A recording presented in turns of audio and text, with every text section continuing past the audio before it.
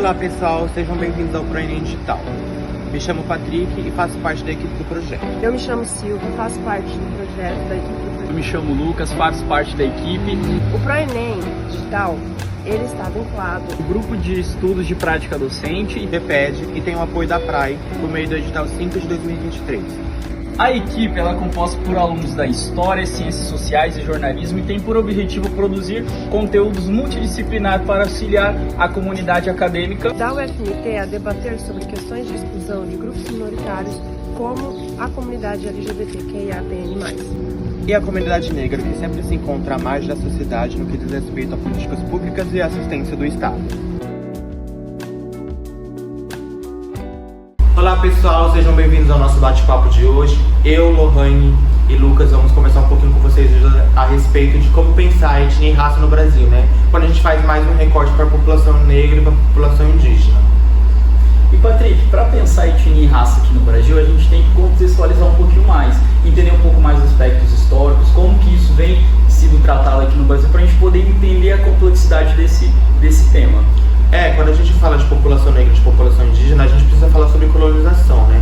Que desde 1500, né, com a chegada dos portugueses, né, no Brasil, o que hoje a gente conhece como território brasileiro, a gente já teve, né, esses processos de austeridade, né, com essas populações. A gente teve, a princípio, a violência contra a população indígena, né, e posteriormente a gente teve a violência contra a população negra, que perdurou e perdura até os dias de hoje, né, das mais variadas formas, né. A primeira mão de obra, por exemplo, escravizada no Brasil foi a mão de obra indígena, né, que é a mão de obra que naquele momento, né, foi utilizada em grande escala. E a partir de um período, a partir de um momento em diante, né, dali, eles veem que a mão de obra indígena não é lucrativa, né, para a coroa portuguesa. Então, o que eles começam a fazer, eles começam a sequestrar pessoas da África e trazem, né, para esse novo mundo, para essa nova América, para essa nova parte da América, né, digamos assim. E eles começam, né, a partir daí, então, usar, e a partir daí não param mais de usar a mão de obra escravizada, né, mão de obra negra. E aí, quando a gente pensa, né, nas consequências que isso nos traz até os dias de hoje, a gente tem alguns casos que a gente vai tratar mais adiante que vai falar diretamente sobre isso, né. E também quando a gente trata dessa discussão em 2023, mesmo depois, né, do fim oficial da escravidão, que aconteceu lá em 1888, né, com a assinatura da famosa Lei Áurea, a gente tem, por exemplo, em 2023, um contraste muito interessante para a gente debater essa questão da população negra e da população indígena. Quando a gente fala, por exemplo, que de janeiro a 14 de junho de 2023, né, o Ministério Público do Trabalho resgatou 1.443 trabalhadores em regime análogo à escravidão. Então a gente está falando de 2023, muito tempo adiante de uma lei, né, que legalmente aboliu a escravidão no Brasil, né? Se a gente faz um recorte anterior a ela, por exemplo, né, do que a gente começou a falar aqui, de 1500 até 1888, então a gente tem um período muito grande, que esse período foi repleto de violências, né, violência estatal, muitas das vezes, né, contra a população indígena, contra a população negra. Então a gente não teve e não tem dentro da história essa distinção de não se falar, né, de não tem como não tratar sobre isso, porque para a gente falar sobre racismo hoje no Brasil, a gente tem que entender que isso é uma herança do sistema escravocrata, né, de uma instituição chamada escravidão, que perdurou no Brasil por mais de 300 anos. Quando a gente fala de violência indígena, de conflitos indígenas, a gente está falando de uma violência que começou lá em 1500, com a chegada dos portugueses, né? Então, quando a gente está falando desses dados, a gente tem que pensar que as consequências que a gente tem hoje na sociedade, ela não é de agora, ela é de muito tempo atrás. Por exemplo, quando a gente faz aqui, né, um contraste dos trabalhadores que foram resgatados em 2023, né, em sistema análogo à escravidão. Isso foi até o mês passado, né? A gente não sabe quantos ainda estão aí, né? Que a gente conhece, né, os limites brasileiros. O Brasil é gigantesco, né? Em comparação aos países, é quase que um continente inteiro, né? Para se legislar, para se analisar essas questões. Então a gente tem que tomar muito cuidado quando a gente está tratando desses dados, está tratando dessas informações.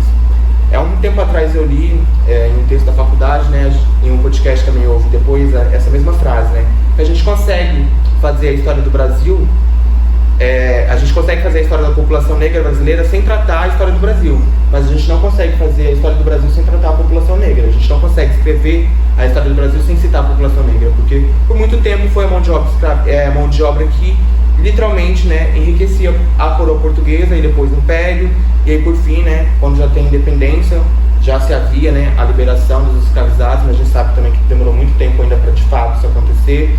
E aí a gente tem algumas consequências diretas, né, como racismo, feminicídio, violência indígena, que tudo isso é herança, né, desse sistema, dessa instituição chamada escravidão.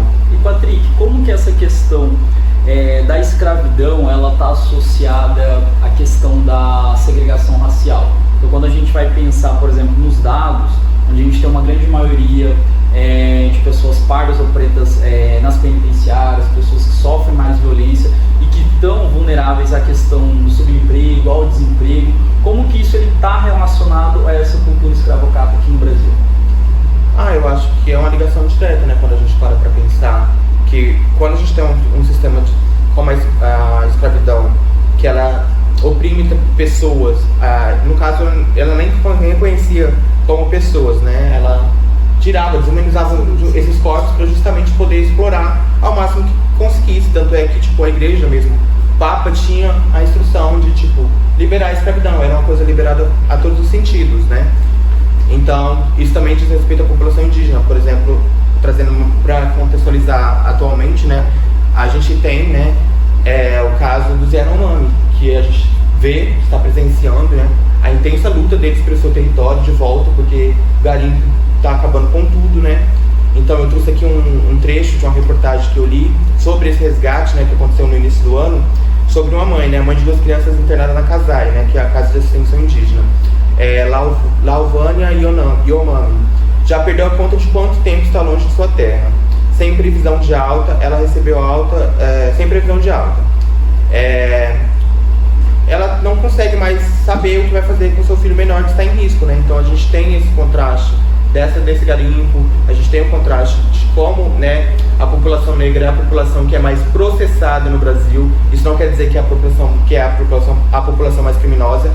Vamos deixar bem claro que a população que é mais processada, fora as pessoas que estão presas, esperando, aguardando julgamento, que também é um dado que a gente poderia ter um episódio só sobre isso, né, sobre a questão do encarceramento negro no Brasil. Quando a gente fala do feminicídio, as mulheres negras encabeçam os números, infelizmente. Quando a gente está tratando sobre violência sexual, as mulheres negras, né, encabeçam os números. Então isso é uma realidade que é estatal, é culpa de um sistema que perdeu por muito tempo. Então, a gente não consegue, né, desassociar o racismo dessas violências que aconteceu anteriormente no Brasil. Entendi.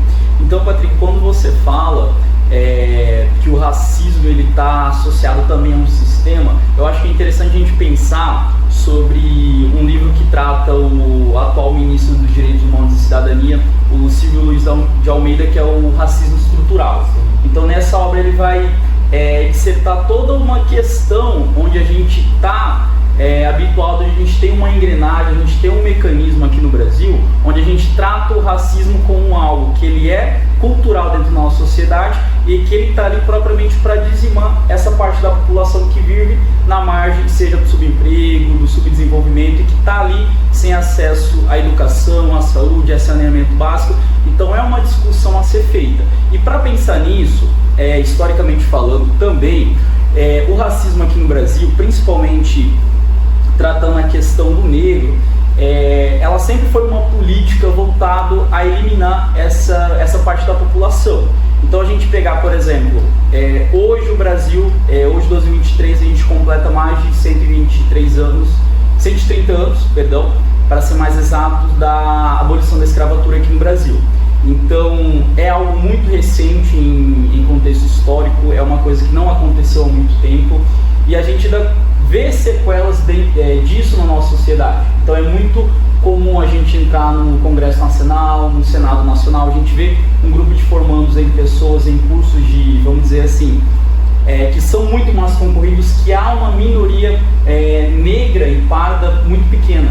Então é uma coisa que está nítida dentro da nossa sociedade e que é uma coisa que a gente tem que entender por que isso está dessa forma.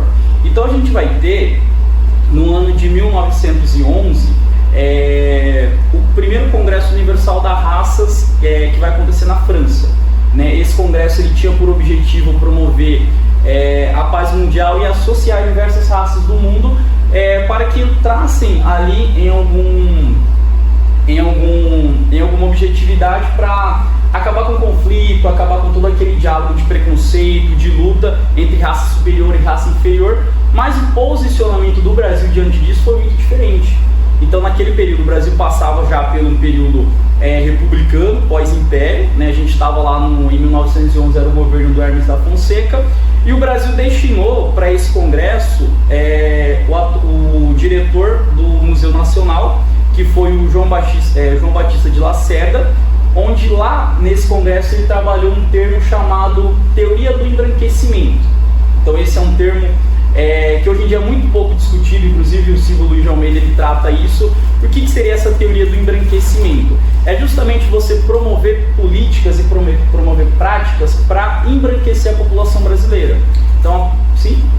Só rapidamente pegando esse gancho, a gente pode até tratar de como a educação nesse período, ela era uma educação segregadora, porque a gente tinha, né, o fim da escravidão, só que pessoas negras foram conseguir acesso à educação muito tarde, já lá no início do governo Vargas.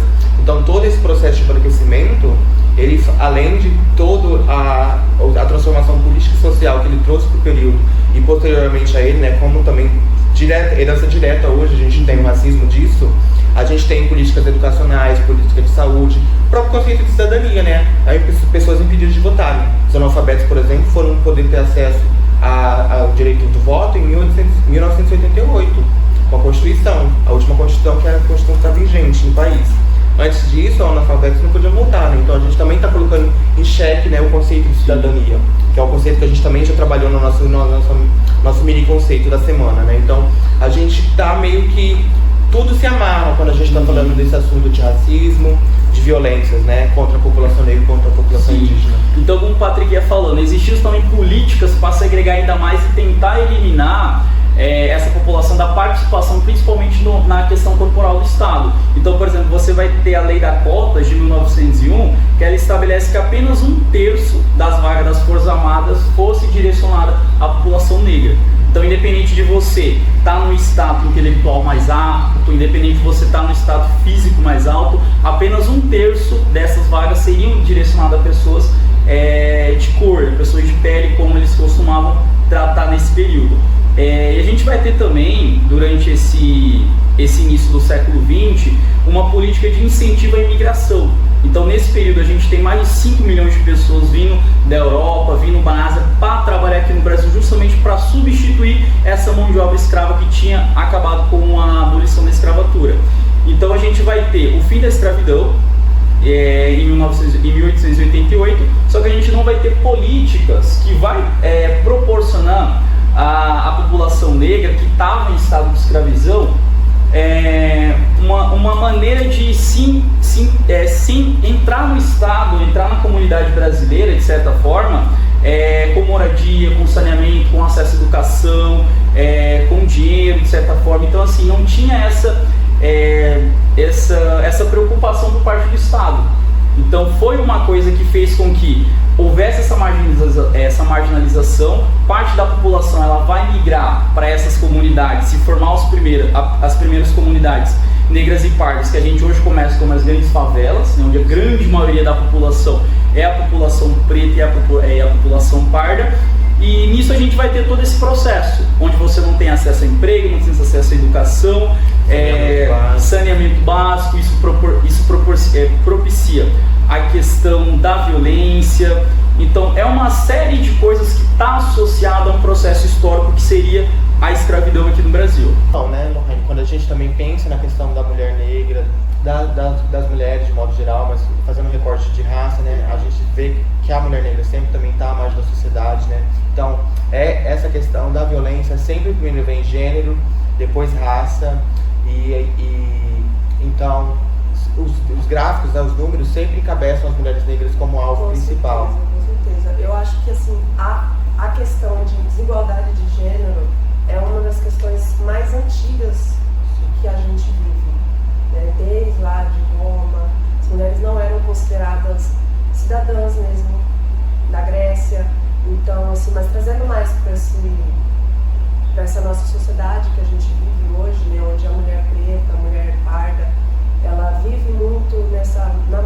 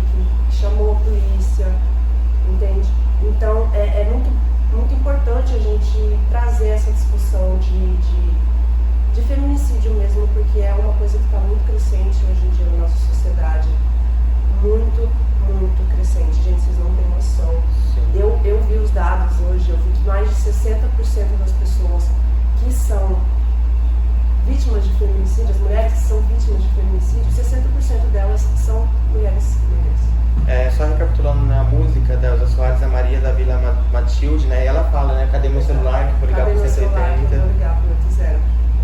Música incrível para quem quer saber um pouco mais da realidade das mulheres que vivem a violência, ouçam Elza Soares.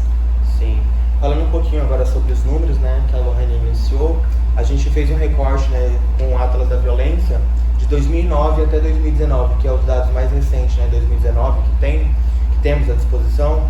O número de mulheres desse período, né, que foi morta em homicídios, é uma margem de 4.000 casos, uma média de 4.000 casos. Desses 4.000 casos, 3.000 deles, a média de 3.000 desses 10 anos, são de mulheres negras. Então, quando a gente debruça sobre esses dados, a gente vê como que, para além da violência, que a mulher já está mais na sociedade, a mulher negra está um degrau a mais. Quando a gente está falando em falta de assistência do Estado, quando a gente está falando de falta de políticas públicas, né? Então a gente tem um corpo marcado, uma cor marcada, um endereço marcado. É igual aquela máxima, né? A bala perdida da polícia sempre encontra o corpo negro. A violência contra a mulher, predominantemente, encontra o corpo da mulher negra também, né? Então, quando a gente tem esses dados, é bem alarmante a situação. Sem contar que a extrema pobreza, né? Hoje, de acordo com o IBGE, 13,5 milhões de pessoas no Brasil vivem em situações de extrema pobreza, né? E mais de 60% dessas pessoas são negras, Sim. são pardas, são pessoas pretas. E a situação de extrema pobreza, ela é um gatilho muito forte para a violência. Sim. Muito forte, eu acho que o Lucas vai saber falar. Sim, então, gente, para pensar sobre etnia e raça no Brasil, principalmente quanto à questão da violência, toda vez que a gente vai falar sobre etnia e raça, a gente sempre está mais direcionado principalmente para a população negra e para a população preta, como também para a mulher, como também para a galera da comunidade LGBTQIA+, para a população indígena. Então, assim, os números são sempre astronômicos quando falam de violência sobre essas comunidades. Então, a gente vai ter números, a gente vai ter pesquisa que vai falar sobre a violência contra o patrimônio indígena, que hoje aqui no Brasil, a última pesquisa de 2019, a gente tem mais de 1.191 registros, né? Isso somente quanto a questão de patrimônio. A gente vai ter contra a violência contra a pessoa indígena, com mais de 304 denúncias, né? E os números eles só vão crescendo a cada ano. Então, quando a gente trata relações dessas comunidades que estão mais marginalizadas, que estão sendo vistas pelo Estado não com tanta importância, deixando um pouquinho de lado, os números contra a violência, contra a marginalização, eles são sempre altos, são sempre números astronômicos e que assusta quem vê. Então, para quem está de fora e não conhece a realidade, tá tudo bem, não está acontecendo nada. Mas para quem de fato pesquisa, para quem de fato tenta entender o que está acontecendo, é uma coisa absurda. Então, são coisas que a gente tem que ver, a gente tem que denunciar, a gente tem que procurar ajudar, senão a gente sempre vai estar em uma situação de conflito e numa guerra que muitas vezes a grande parte da população não consegue estar enxergando, ter acesso e compreender isso nas suas diversidades. E quando a gente pensa também na questão da mortalidade infantil dos indígenas, né, a gente tem esse mesmo relatório de 2020, né, 776 casos, predominantemente Amazonas e Roraima, eles dominam, né, esses números. Amazonas com mais de 250 casos e Roraima com mais de 160 casos. E quando a gente pensa aonde essas populações são inseridas, né? Na disputa pelo garimpo, na disputa pela derruba da floresta, né? Então a gente vê que é uma consequência direta da violência que o Estado proporciona para elas, né? Suicídios. Quando a gente está falando da questão do suicídio indígena, a gente tem mais de 110 casos registrados no ano de 2020. Mato Grosso do Sul, Amazonas e Roraima encabeçam os dados. A gente tem um conflito gigantesco por causa do agronegócio, tanto no Mato Grosso quanto no Mato Grosso do Sul. E lá a população está se adoecendo a um ponto que a consequência é o suicídio, né? A gente tem no Amazonas, novamente, a questão da floresta, né? A luta pela floresta. Sim. A gente tem em Roraima a luta contra o garimpo, né? Sobretudo com os Yanomami, a gente viu, né? Como essa questão é predominante lá, né? Então a gente tem alguns disque denúncias, né? Algumas coisas que a gente pode fazer. Então a gente tem o Disque 100, que é um número que a gente consegue fazer denúncias, né? Então se você tem um acaso, se você conhece alguma notícia de alguém que sofreu algum tipo de violência indígena, violência contra a mulher, Disque 100, denuncie, tem o Disque 180 que é especializado para a violência contra a mulher, né? Então a gente tem que ter esses mecanismos de denúncia e buscar mesmo denunciar, porque é só a partir daí que a gente vai ter os dados para o Estado tomar alguma providência, né? Porque a gente sabe que essas violências existem, mas quando a gente tem acesso à quantidade delas, a gente fica assustado. Mas o que a gente, enquanto sociedade, pode fazer? A gente tem que pensar em políticas públicas, a gente tem que pensar na consciência do voto, né? Da questão da cidadania, que a gente já tratou aqui no nosso conceito de aula. Então, tudo isso a gente tem que pensar.